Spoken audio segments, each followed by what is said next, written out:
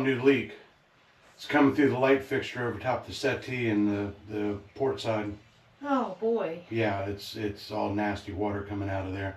I wonder if it's because I haven't faired in those windows. It could very well be. It is what it is. Just relax. Well, when it's dry, I'll get out there and do it. Yeah. You're on camera too. Oh, great. Yep.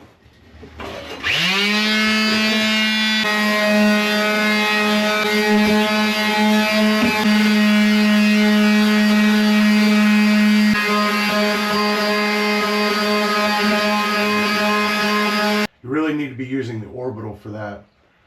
That does not cut the same as the orbital.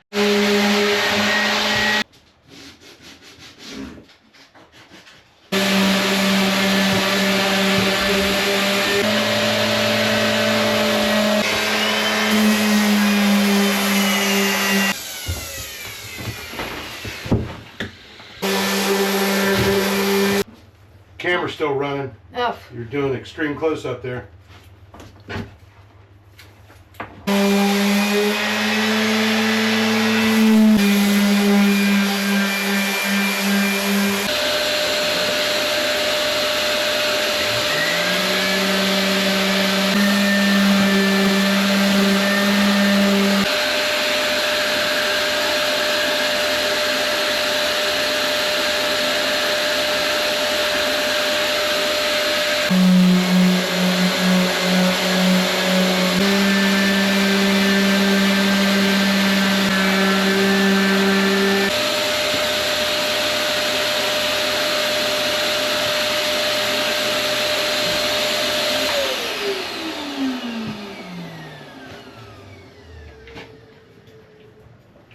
What I'm doing here is staining all of the parts that are getting stained. I had to prep them. Took quite a while. Prep them to prepare for stain, and then wiping them down as I go. And then what'll happen is once they're all stained, all the parts, then I will go back and varnish them, several coats. And since it's interior, it doesn't have to be like 10 coats. But anyway, I'll go back and varnish all of these pieces, and then I will start prepping for paint on the walls. So that's what I'm doing.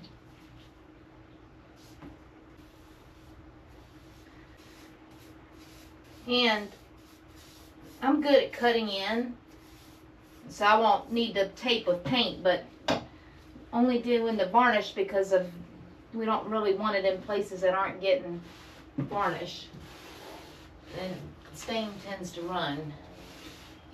Otherwise I wouldn't even tape. Look how pretty that turns out. We had to take the sealant out that we had put in because, you know, we still gotta do all the paint and stain. It's okay that it gets on here too because this part's going white, but we have primer. So you stain first before you paint because stain's gonna run into everything. It just will. And then you're trying to fix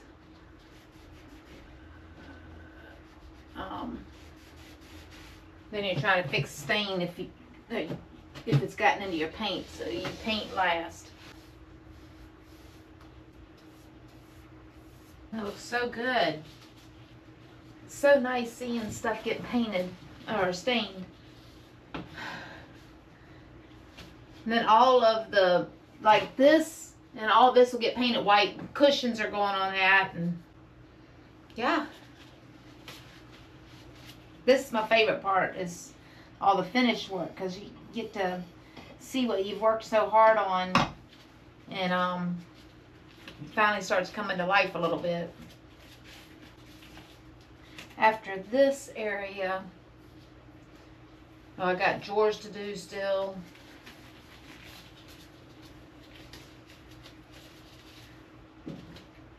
These are the slides that go in here. They'll have to be done. A lot. I will be sewing the cushions too. Making those for this. We still got another hatch to cut out here to go in, and just lots of little things left still.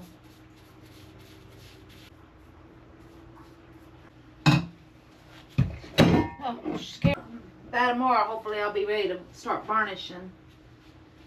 Because we need me to varnish, especially these hatches, because we got to get this ceiling back up in here. Well, we may wait until I'm finished painting, probably so. Anyway, going on the floor. Good morning. Figured I'd give a little update. This is, I don't know, what the hell day is this? They're all running together. Oh, it's Friday. Oh, cool. Well, it's Friday, the 3rd of January.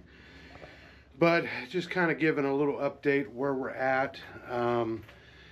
Gina had her 9 days off or so over the Christmas holiday, and she kind of dedicated herself to trying to get some stuff done in the boat, but ended up, I don't know, 5 of the 9 days, I think, were maybe 6 of the 9 days actually were monopolized by other people and things, holiday stuff and all that goodness. I'm sounding a little screwed up because I have a head cold. That's the Christmas present the grandkids left for Gina and I both. It's hitting her a little harder than it is me, but still just dragging butt.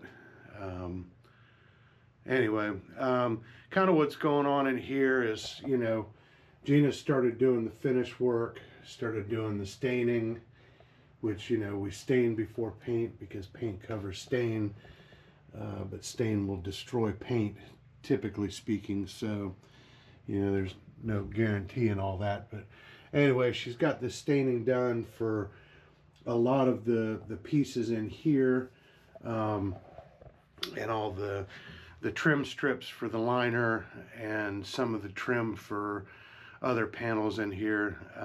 She's got in the shop spread out, and she stained those and sprayed them.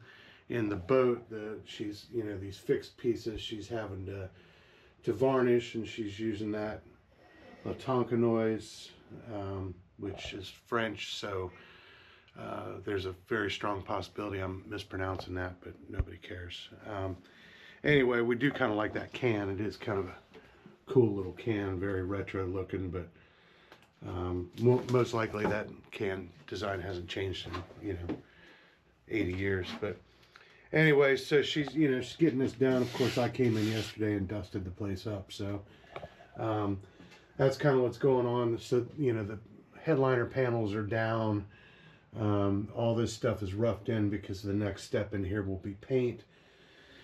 So she was doing fairing and stuff like that. So that's the deal. I build it, she finishes it. So as you can see, the head is quite a mess, but I spent yesterday setting this tile in and getting the leader piece on the valve wall done up to the accent stripe.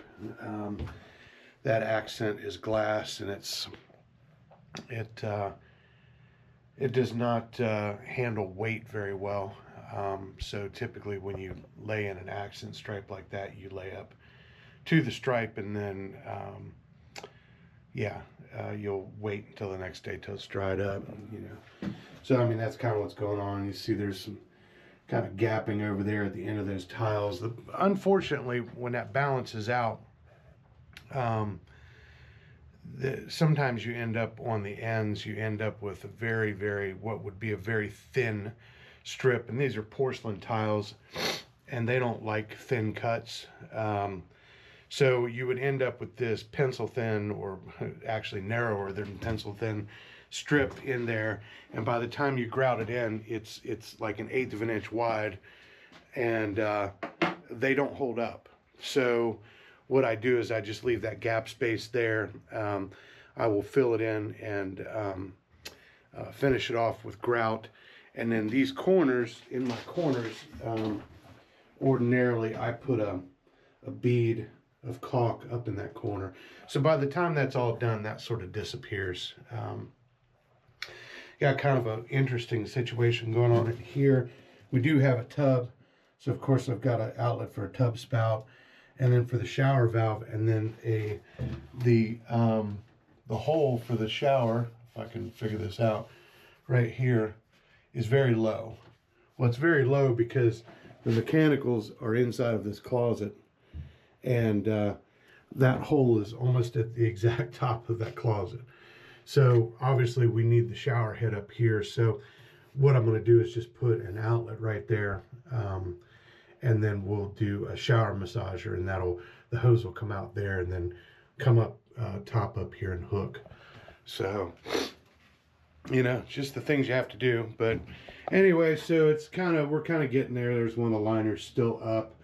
You know, just little odds and ends, like, you know, up in here, there's a little pie-shaped piece that, you know, isn't there. That'll need to be created and made out of liner material and all that and fitted in place. But so today I'm going to get this tile up and work on getting this tile in, hopefully, and get this backsplash on. And then tomorrow I'll be able to come in and grout.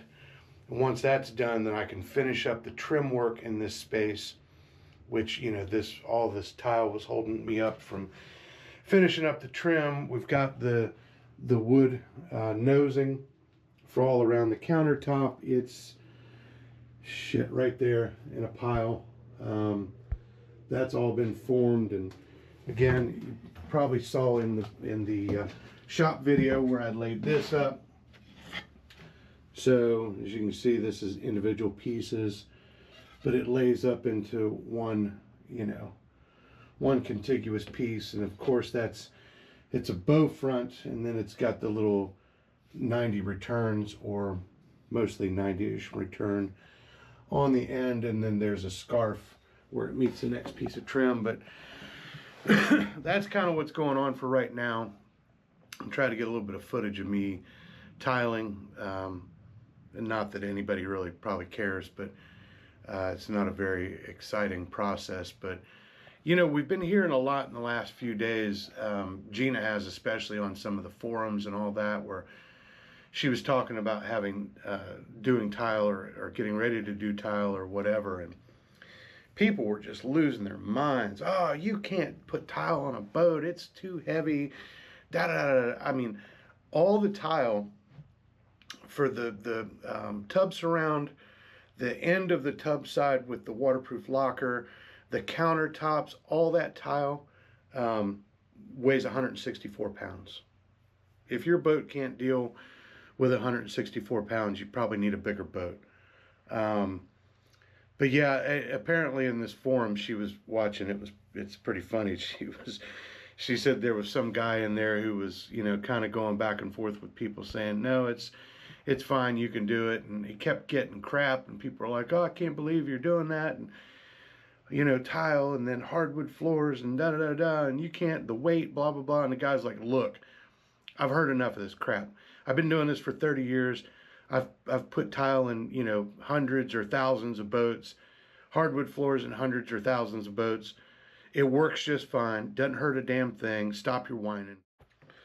Well, once again, GoPro is at its finest. Thankfully, I got through a full sentence before it went beep, beep, beep and shut itself off. So that's kind of what's going on. So we're just trying to get these projects buttoned up in this master cabin so I can put this thing behind me, because frankly, I'm sick of being in here. I'm ready for something new. Just tedious, never-ending shit going on in here. But we're, like I said, we've rounded home, and we're, 20 feet from home plate. So, or rounded third and 20 feet from home plate, whatever the hell I mean. Again, it got a cold. Finally got a full night's sleep, which I get about 11 of those a year last night. So it's got me a little muddle-headed today.